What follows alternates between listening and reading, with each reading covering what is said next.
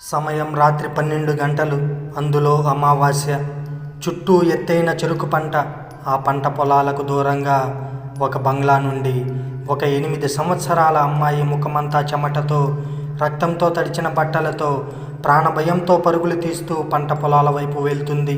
తన వెనుక, అమ్మా జనని పారిపో, నా కోసం ఆగకు, నువ్వు వెళ్ళిపో అంటూ ఒక 43 సంవత్సరాల వ్యక్తి ఆ అమ్మాయి వెనుక వెళ్ళసాగాడు. ఇద్దరూ చెరుకు పంట మధ్య గుండా ఊరి పొలిమేర దగ్గరగా వచ్చారు. ఇంతలో మేఘాలు కారు చీకట్లుగా కమ్ముకున్నాయి. గాలి హోరున వీస్తుంది. ఆ గాలిలో ఒక 5 మంది గొంతుకలు, అందులో 4 ఆడవారు, ఒక మగ గొంతుక కలిసి ఒకే గొంతులా ఇలా వినిపిస్తోంది. ఎక్కడికి రా వెళ్ళేది అంటూ నవ్వులు, ఏడుపులు, పిచ్చి కేకలు అన్నీ కలిసి ఒకే గొంతులా వినిపిస్తున్నాయి. అమ్మా జనని, భయపడకుండా వెళ్తూనే ఉండు, నీ వెనక నేను వస్తున్నాను అని భయంతో కూడిన స్వరంతో జనని బాబాయి జననికి ధైర్యం చెప్తున్నాడు. అది విన్న జనని బాబాయి వెనకే వస్తున్నాడు అనే ధైర్యంతో ముందుకు వెళ్తూ ఉంది. సడన్గా అప్పటి వరకు వినిపించిన గాలులు, ఆ భయంకర స్వరాలు ఆగిపోయి అంతా నిశ్శబ్దంగా అయిపోయింది. ఆ నిశ్శబ్దం నుండి ఒక మగస్వరం ఇలా వినిపిస్తుంది, తల్లి జనని, ఒక్కసారి ఇలా రా అని.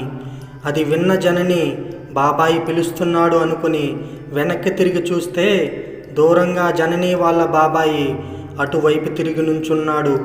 భయంతో అడుగులో అడుగు వేస్తూ అటూ ఇటూ చూస్తూ, బాబాయి వెళ్దాం పదా, ఎందుకు మనం ఇక్కడ ఆగాం అని చొక్కా క్రింద అంచును పట్టుకుని అడుగుతుంది. అటుగా నించున్న బాబాయి జనని వైపు తిరిగాడు.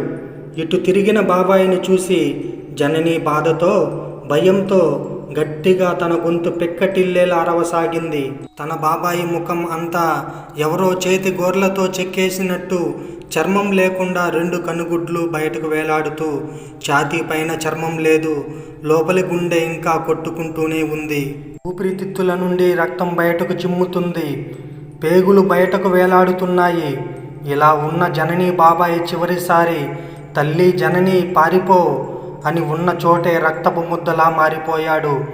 అక్కడే బాబాయి పరిస్థితి చూస్తూ ఉన్న జనని మళ్ళీ ఆ 5 గొంతుకలతో కూడిన స్వరం వినిపించడం మొదలైంది. జనని భయంతో పరుగులు తీస్తూ ఊరి పొలిమేర దాటి వెళ్తుండగా దారిలో ఆ చిమ్మ చీకటిలో ఒక చెట్టు కొమ్మ గట్టిగా తలకు తగిలి జనని పడిపోయింది. మరుసటి రోజు ఉదయం 8 గంటలకి తలకు దెబ్బ తగిలి స్పృహ లేకుండా రోడ్డు పక్కన పడి ఉంది జనని. అటుగా వెళ్తున్న ఒక అంబాసిడర్ కారు జననిని చూసి ఆగింది. అందులో నుండి ఒక ఒంటి కన్ను అతను, వయస్సు 38 సంవత్సరాలు, దిగి దగ్గరకు వచ్చాడు. ఎవరు ఈ అమ్మాయి, ఇక్కడికి ఎలా వచ్చింది అని మనసులో అనుకుంటూ స్పృహలో లేని జననిని చూస్తున్నాడు. అమ్మాయి బ్రతికి ఉందో లేదో తెలుసుకోవడానికి ఆ ఒంటి కన్ను వ్యక్తి అతను జనని గొంతుకు ఒకవైపు తన చేతితో కాస్త అదిమి నాడి ఉందో లేదో అని పరీక్షిస్తున్నప్పుడు ఇంతలో జననికి రాత్రి జరిగిన విషయాలు గుర్తుకు వచ్చి భయంతో గట్టిగా కేకలు వేస్తూ కళ్ళు పెద్దవిగా చేసి ఎదురుగా ఉన్న ఒంటి కన్ను వ్యక్తిని చూసి ఇంకా భయంతో గట్టిగా కేకలు వేసింది. దానికి ఆ వ్యక్తి భయంతో కంగు తిని 4 అడుగులు వెనక్కి వేశాడు. కొద్దిసేపటికి జనని మామూలు స్థితికి వచ్చింది. ఒంటి కన్ను అతను జననిని ఒక ఊడల చెట్టు కింద కూర్చోబెట్టి, భయపడుకో అమ్మా, నా వల్ల నీకు ఏమీ ప్రమాదం లేదు, ఇదిగో ఈ నీళ్లు తాగు అని వాటర్ బాటిల్ ఇచ్చాడు. జనని నీళ్లు తాగింది. అతను, నా పేరు రహీం, నేను తమిళనాడులోని వెలగం అనే పట్టణంలో పురావస్తు శాఖలో పనిచేస్తున్నాను అని నవ్వుతూ జననికి చెప్పాడు. రహీం సూటు బూటు వేసుకుని ఒక ఆఫీసర్లా ఉన్నాడు. రహీం వాళ్ళ తల్లిదండ్రులు తన 9వ ఏట అమెరికా నుండి ఇండియాకి వచ్చి స్థిరపడ్డారు. రహీం వాళ్ళ అమ్మా నాన్న పురావస్తు శాఖలో పనిచేస్తూ ఒక రీసెర్చ్లో ప్రమాదవశాత్తు చనిపోయారు. ఆ ప్రమాదంలోనే రహీంకి కంటి చూపు పోయిందని, అలాగే నవ్వుతూ నా గురించి చెప్పాను కదా, సరే ఇప్పుడు నీ గురించి నువ్వు చెప్పు అని ఇలా అడుగుతున్నాడు.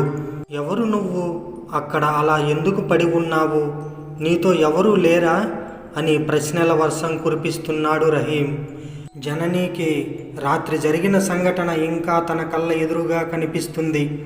రహీం మాటలను వినిపించుకోవడం లేదు. పైగా చిన్నపిల్ల అవడం చేత బాగా భయపడిపోయింది. దానితో తనకు జ్వరం కూడా ఉంది.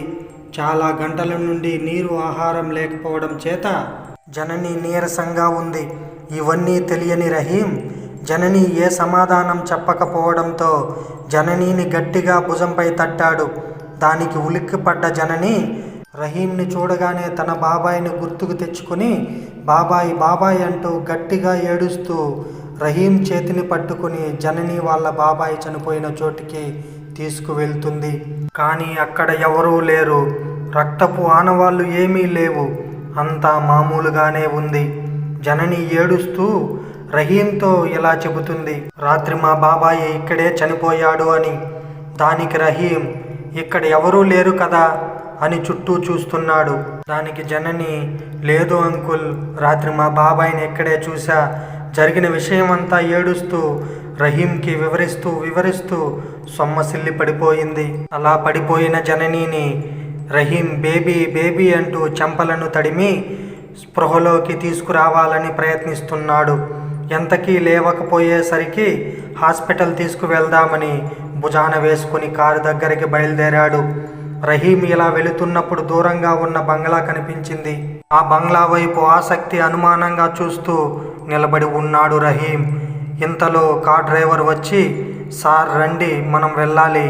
మ్యూజియం నుండి మీకు కాల్స్ మీద కాల్స్ వస్తున్నాయి. అది విన్న రహీం, సరే ఈ కాల్స్ ఎప్పుడు ఉండేవే కానీ ముందు ఈ అమ్మాయిని దగ్గరలో ఏదన్నా హాస్పిటల్కి తీసుకువెళ్ళాలి.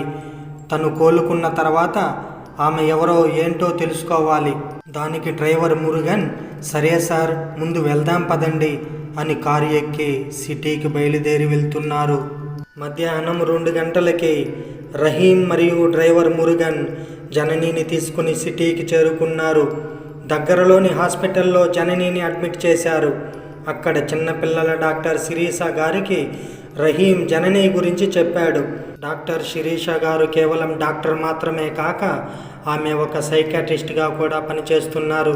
రహీం హాస్పిటల్ నుంచి బయలుదేరి తమిళనాడులోని దక్షిణ మ్యూజియంకి చేరుకున్నాడు.